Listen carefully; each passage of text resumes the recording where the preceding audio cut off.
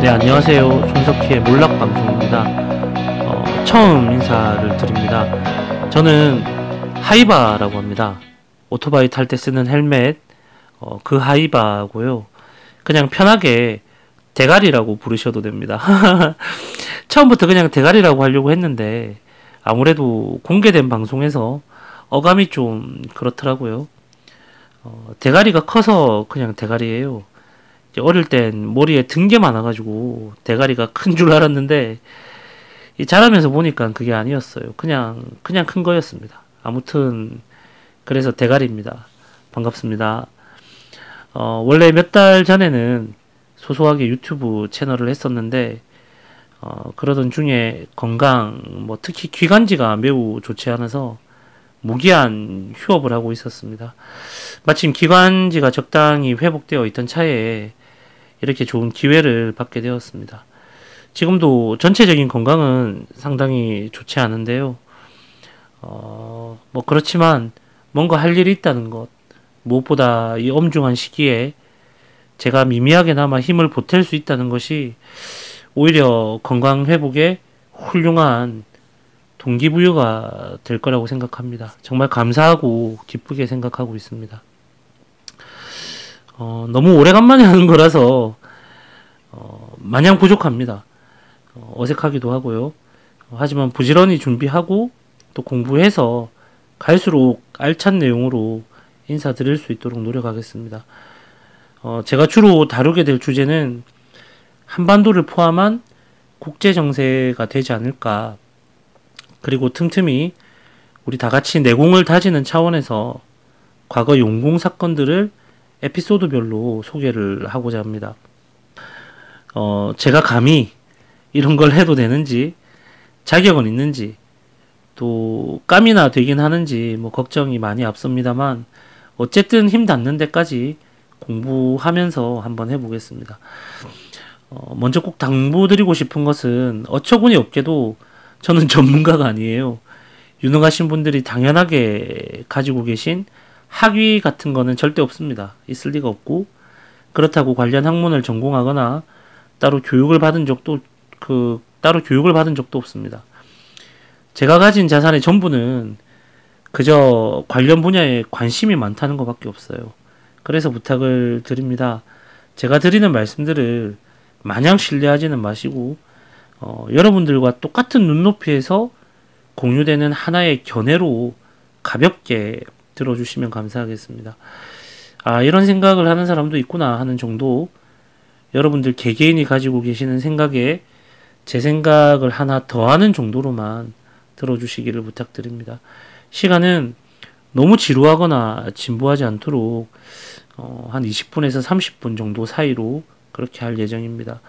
오늘 첫 시간하고 다음 두 번째 시간까지 이렇게 두 편은 전체적인 방향을 설정하기 위해서 대전제를 깔아두는 것으로 활용을 하려고 합니다.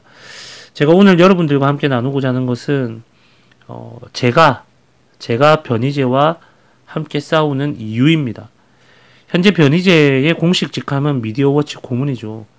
변희재 고문에 대한 호불호가 심하다는 것을 잘 알고 있습니다. 마찬가지로 미디어워치에 대한 호불호도 만만치가 않고, 그리고 변희재 고문과 미디어워치는 뗄래야 뗄 수가 없는 사이잖아요. 그런 만큼 이로 인한 호불호도 별도로 존재하는 것으로 알고 있습니다. 제가 개인적으로 변희재라는 사람을 알고 또 주목하게 된 것이 어림잡아 한 10년 정도는 된 것 같아요. 그 사이에 참 많은 일들이 있었겠죠. 18대 대선에선 정권 연장의 1등 공신이라고 해도 부족함이 없을 만큼 아주 커다란 활약을 하기도 했고, 또 당시에 일베와의 케미는 지금까지도 가히 전설이라고 할 만큼 그렇게 회자되기도 합니다. 또 2015년 하반기부터 2016년 상반기 정도까지는 특별히 참 다사다난하기도 했던 걸로 기억을 하고 있고요. 그리고 현재는 아주 단순하게 그의 입을 막기 위한 목적으로 영어에 몸이 되어 있는 상태죠. 세월이 이렇게 길었던 만큼 여러 가지 모습들을 봤습니다. 그러니까 제게도 당연히 변희재 고문에 대한 호불호가 혼재해 있어요.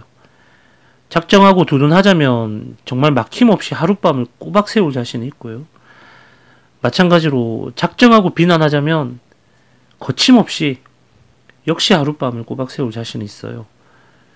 이렇게 호불호를 두고 옳고 그름을 따지자면 결국은 답이 없는 것이 되겠죠. 그럼에도 어떻게든 편을 들어야 되겠다, 또는 어떻게든 흠집을 내어야 하겠다면 한바탕 판을 벌릴 수는 있겠지만, 우리가 가슴을 뜨겁게 해서 조국을 생각하고 또 머리는 아주 차갑게 해서 이 엄중한 현실을 생각하면 지금은 그럴 때가 아닌 겁니다. 저는 여러분들께 변희재 고문을 아주 두둔을 한다든지 또는 뭔가 이렇게 불호에 대한 해명을 하려는 것이 아닙니다. 우리는 리더를 선택하잖아요. 고심점이 있어야 한다는 뜻입니다. 하나로 모여야 하니까 보다 원활하고 효과적으로 우리의 목소리가 퍼져나갈 수 있도록 우리 개개인은 각자의 판단에 따라서 리더를 선택하게 됩니다. 좀 어처구니가 없지만 자한당을 고심점으로 생각하는 사람들도 있죠. 매주 꾸준한 태극기 집회로 대통령께서 잊혀지지 않도록 하는 것에 일조하고 있는 애국당도 있습니다. 이런 정당들 뿐만 아니라 조직도 있고 개인도 있죠. 이렇게 리더는 다양해요. 미디어워치와 변희재 고문 또한 이런 리더 중에 하나입니다. 그리고 저는 리더로서 그리고 저의 길라잡이로서 미디어워치와 변희재 고문을 선택했습니다. 개인적으로 제 정신과 사상에 시대하게 영향을 미치신 스승으로 저는 박상현 이선본 대표님을 꼽는데요. 오늘의 주제와는 무관하니까 논외로 하겠습니다. 참, 그리고 이 방송은 누구나 다 들을 수가 있으니까 애국당 지지자분들 또한 들으실 수도 있다라는 생각이 들어서 미리 제가 말씀을 드립니다. 저는 변희재 고문을 두둔하기 위해서 애국당에 흠집내지 않습니다. 애국당을 폄하하는 것으로 변희재 고문의 존재감을 부각시키려고 하지도 않습니다. 지극히 소모적이고 백해무익한 논쟁들은 다른 곳에서 하시기를 부탁드립니다. 제가 의도하는 바는 제 나름의 판단 기준을 공유하는 것으로 제가 지지하는 조직과 리더가 더욱 단단해지도록 하는 것, 그래서 반드시 대의를 달성해내고자 하는 것 뿐입니다. 제가 주목하고 있고 또 여전히 유심히 지켜보는 것은 이 암담하기 그지없는 문재인 치하의 시절에 끝끝내 버텨낼 만한 정신적 체력이 단련되어 있는가, 반드시 걸러내어서 처단해야 할 주적을 명확하게 분별하고 있는가, 무엇을 가지고 무엇을 위해서 싸우는가, 그리고 그 싸움의 결과가 국가와 국민을 위한 바람직한 것으로 예측 가능한가, 이겁니다.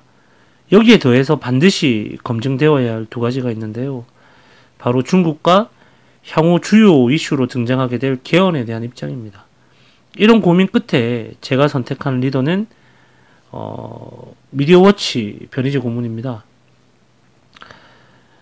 저의 판단 기준은 이렇습니다. 첫 번째, 변희재 고문은 자신의 생각을 매우 선명하게 그리고 매우 빈번하게 밝혀왔습니다. 이것은 사실 엄청난 약점이 될 수도 있죠. 하지만 동시에 굉장한 장점이 될 수도 있습니다. 지금처럼 피하 식별이 어려운 시절에는 선명성이라는 것은 필수로 갖춰야 할 덕목이거든요. 그러므로 이거는 변희재 고문이 가진 대단한 자산이 될 수 있는 거죠. 어떤 의미에서는 족쇄입니다. 스스로 뱉어놓은 말들이 많은 만큼 지속적으로 설득력을 확보하기 위해선 그 자신이 가장 철저하게 지켜야 하잖아요. 저는 이것이 진실 정의 원칙이라고 생각해요. 출구, 빠져나갈 구멍을 만들어 두기 위해서 단어 하나 선택하는 것조차도 이 쩔쩔매는 이 병신 같은 기성 정치인들하고는 결도 다르고 격도 다르죠. 차원이 다른 겁니다. 이것이 진실이다, 이것이 원칙이다, 이것이 정의다, 이렇게 뱉어놓은 말들이 스스로의 활동 영역을 지극히 제한하게 된다는 것을 뻔히 알면서도 변희재 고문은 거침이 없었습니다. 이것보다 강력한 안전장치는 있을 수가 없죠.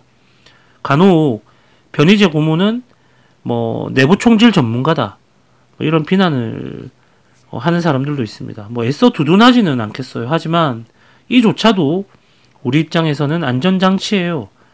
논문 표절을 비난한 사람이 논문 표절을 할 수가 없잖아요.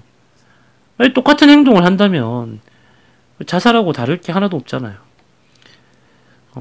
이와 비슷한 예를 하나 들자면 현재 트럼프의 포지션입니다. 트럼프가 비핵화와 관련해서 뱉어놓은 말들이 산을 이룰 지경이죠. 트럼프는 자신이 장담해온 것들을 지키지 못하면 가장 먼저 공화당으로부터 버림받게 되어 있거든요.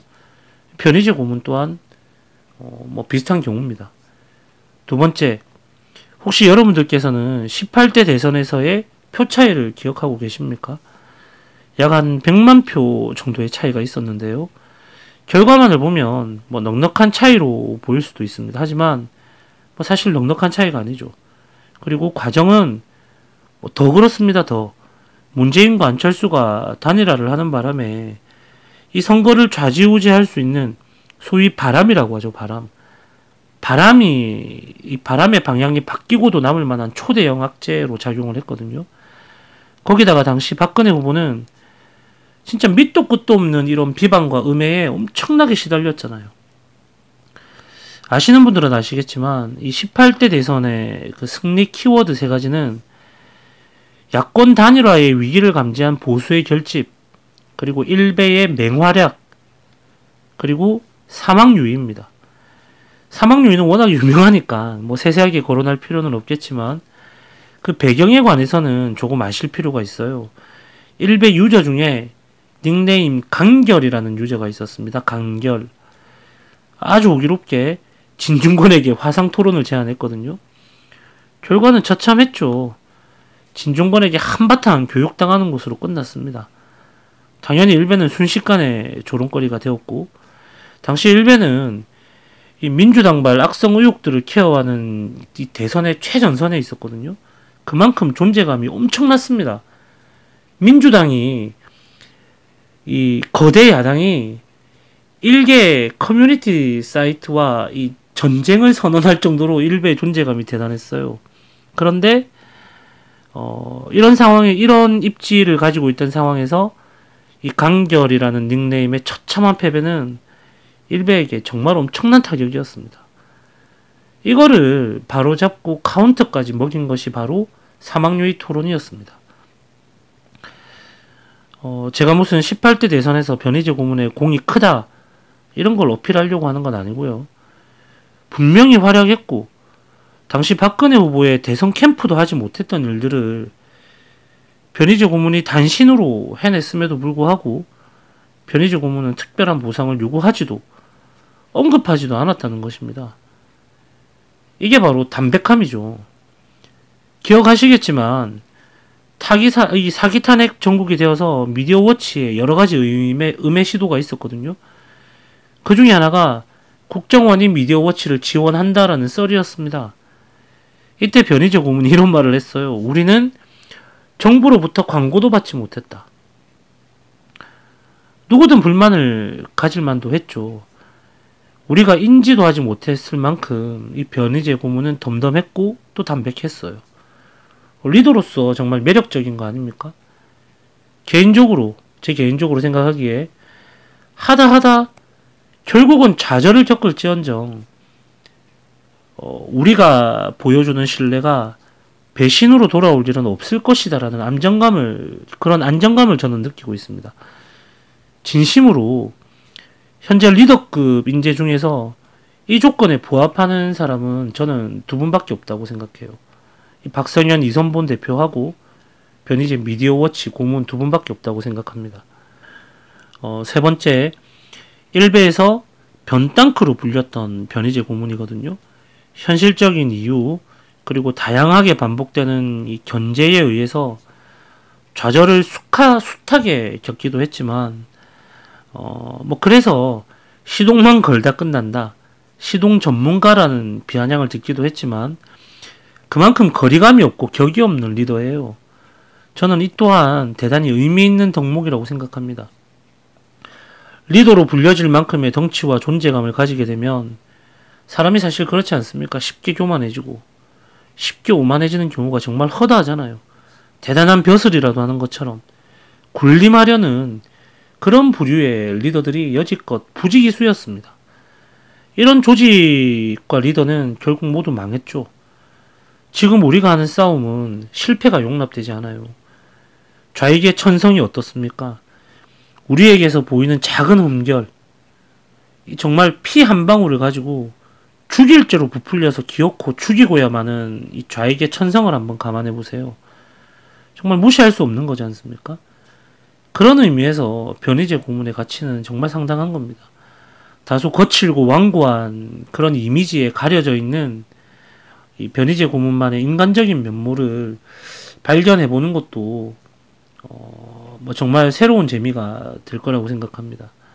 네 번째, 변희재 고문이라고 하면 가장 먼저 딱 하고 떠오르는 것이 독고다이죠. 이 독고다이에 대해서는 뭐 여러 가지 의견이 있는데 일본어로 도코타이라는 말이 2차 대전에서의 자살 특공대를 뜻한대요. 그래서 여기서 유래했다라는 의견이 있고, 또는 우리가 흔히 아는 홀로 내 갈 길 간다, 뭐 이런 정도의 의견이 뭐 다수입니다. 이 두 가지 모두가 변희재 고문에게 잘 어울리는 표현이라고 생각합니다. 가장 대표적인 예로 광주 사태를 거침없이 헤집어 놨다는 것이 있죠. 그리고 심지어 그게 공중파 토론 프로그램에서 그렇게 했어요. 광고가 없으면은 쫄쫄 굶어야 하는 군소 언론인 입장에서 그렇게 한 거죠. 제가 구체적으로 거론할 수는 없지만 사기 탄핵 사태 이전에 미디어워치 광고 수입이 얼마였을까요? 그리고 지금은 어떨까요? 정말 하늘과 땅 차이입니다. 우리가 상상하지 못할 만큼 그런 차이가 있어요. 원칙과 소신이 여기서 다시 한번 확인이 되는 거죠. 후원이 끊길까봐 쩔쩔매는 그런 뭐 흔하고 흔한 자칭 리더들과는 레벨이 다른 겁니다. 십수만 원의 출연료 때문에 입을 쳐닫고 있는 자칭 평론가들, 그런 평론가 따위하고도 견줄 수가 없죠. 이런 리더는 정말 신뢰할 만한 거 아닙니까? 그리고 다섯 번째, 중국에 대한 인식입니다. 친미 반중, 지미 반중, 용미 반중, 이런 말을 하는 사람들은 많습니다. 정치권에서는 거의 찾아보기 어렵지만 리더 그룹에서는 흔하게 찾아볼 수 있게 되었죠. 그런 만큼 뭐 당연한 거 아니냐, 반중은 당연한 건데 그게 무슨 장점이라고 이렇게 그렇게 말을 장점이라고 이렇게 떠들어대느냐, 이렇게 하실 분들이 아마도 계실 텐데요. 여기에 대해서는 제가 마지막 정리와 함께 잠시 다시 한번 거론을 하도록 하겠습니다. 그리고 여섯 번째, 태블릿 PC를 향한 집념이죠. 자칭 보수의 우파라는 사람들이 근래에 들어서 하는 말들을 한번 귀 기울여서 들어보세요. 이제 지겹다, 그만할 때 되지 않았나, 이런 말들이 심심치 않게 나오고 있습니다. 저는 2016년 10월 24일 밤에 일베를 똑똑히 기억하고 있습니다. 저도 배충이니까 저도 일베 유저거든요. JTBC의 보도 직후부터 일베에는 각종 의혹 제기가 숱하게 이어졌어요. 그래서 많은 사람들이 이 변희재 고문에게 이런 말을 합니다. 태블릿 PC를 마치 네가 밝혀낸 것처럼 그렇게 떠들지 마라. 그죠? 이 부분에 대해서는 변희재 고문이 태블릿 PC를 파기 시작하게 된 과정을 직접 설명하고 있는 게 있으니까 한번 찾아보시기 바랍니다. 제가 말씀드리고자 하는 것은 변희재 고문에 의해서 태블릿이 여지껏 이슈로 유지되고 있다는 사실입니다. 사기 탄핵과 관련된 모든 재판부의 공통점을 혹시 아십니까? 각각의 재판부 모두가 태블릿 PC를 회피하기 위해서 최선을 다했다는 것입니다. 그래서 이대로 덮이나 하는 상황에서 변희재 고문이 사실을 적시한 명예훼손으로 구속 기소가 된 거예요.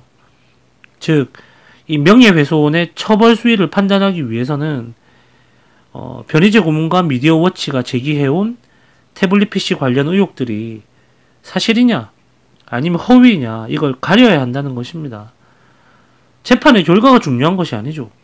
심수미와 김필준의 법정 증언과 같이 진실이 밖으로 새어 나오고 있다는 것이 핵심이에요. 정말 대단한 일을 하고 있는 거 아니에요. 변희재 고문을 폄하하기 위해서 태블릿 PC를 애써 덮으려 하는 사람들이 있는데, 그러면서도 대통령님을 위한다는 게 말이 됩니까? 태블릿 PC는 똥이었어요. 대통령님의 전신에 뿌려진 똥이었습니다. 똥이 뿌려졌으니까 냄새가 나겠죠. 더럽겠죠. 그렇게 냄새가 나고 더러우니까 말도 되지 않는 각종 이 악의적 의혹들이 국민들의 감정선을 건드린 거예요.